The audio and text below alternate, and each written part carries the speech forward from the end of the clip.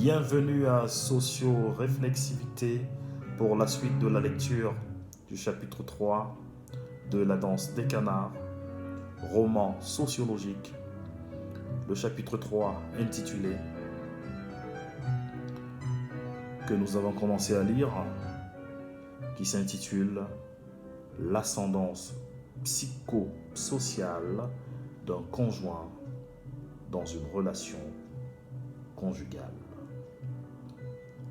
Nous allons poursuivre la lecture de ce chapitre qui est consacré à deux personnages, à Jean-Daniel et Ghislaine, qui sont mariés et qui vivent dans une relation conjugale dite fusionnelle. Nous poursuivons la lecture d'une autre portion. Son mari fait partie de cette catégorie d'hommes qui pensent que se rapprocher en permanence de sa femme est l'unique moyen de lui témoigner son affection. À ses yeux, l'union conjugale a été conçue sur la base d'un contrat de donnant-donnant. Bien sûr, mais pas au point d'en écœurer sa femme. Cependant, on ne pourrait sobrement enterrer ce besoin vital de sexualité qui existe chez chaque être humain, mais aussi celui d'aimer et d'être aimé.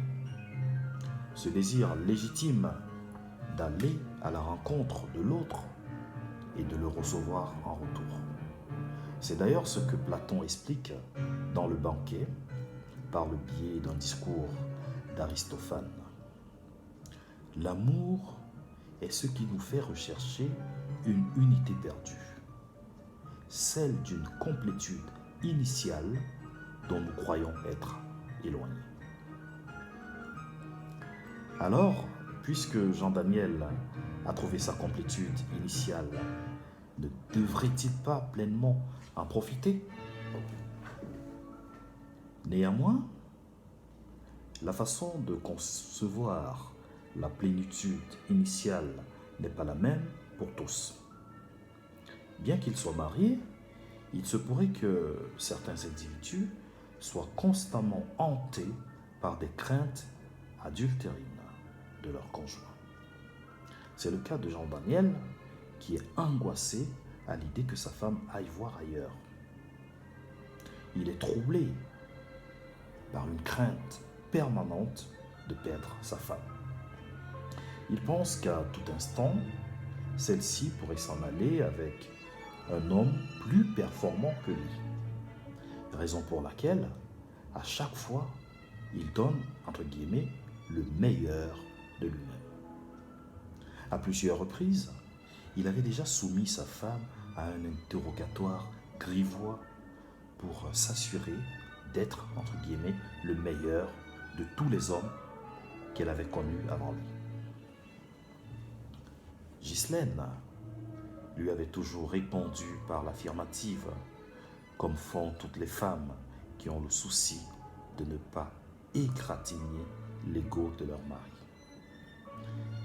Mais quand bien même, celui-ci n'a ni les attributs, ni les performances escomptées. Elle lui a même fait des compliments sur ses qualités, entre guillemets, qu'il est supposé posséder. Ces compliments faussement vrais de Ghislaine à son égard suffisaient pour l'aider à entretenir son narcissisme exacerbé. Étant donné certaines situations conjugales, il faudrait établir de nouvelles règles juridico-sociales pour protéger les conjoints en difficulté. Mais s'il fallait traverser toute une existence sans avoir eu la possibilité d'aimer ni d'être aimé à une période de sa vie, on asphyxierait une vie entière en la précipitant dans les abysses de la solitude. En désavouant l'ivresse du désir d'amour par l'opacité du séminaire. on annihilerait peu à peu cette capacité d'aimer ou tout simplement d'aller à la rencontre de l'autre. Pourtant, cela fait partie d'un cycle naturel, de cette boucle humaine d'échange que constitue la capacité d'aimer. Ce processus de construction sociale des relations amoureuses se propage d'un individu à l'autre comme un gaz invisible. Cette capacité d'aimer contribue souvent à unir des individus d'horizons différents qui n'avaient pourtant rien en commun au départ. Voilà pour la lecture de cette suite du roman sociologique La danse des canards, le chapitre 3. J'espère que cette lecture vous aura plu, vous aura également encouragé à découvrir ce livre qui est un roman sociologique avec des personnages de fiction, mais une fiction qui n'est pas éloignée de la vie réelle et des couples qui constituent l'existence de tout individu à notre époque.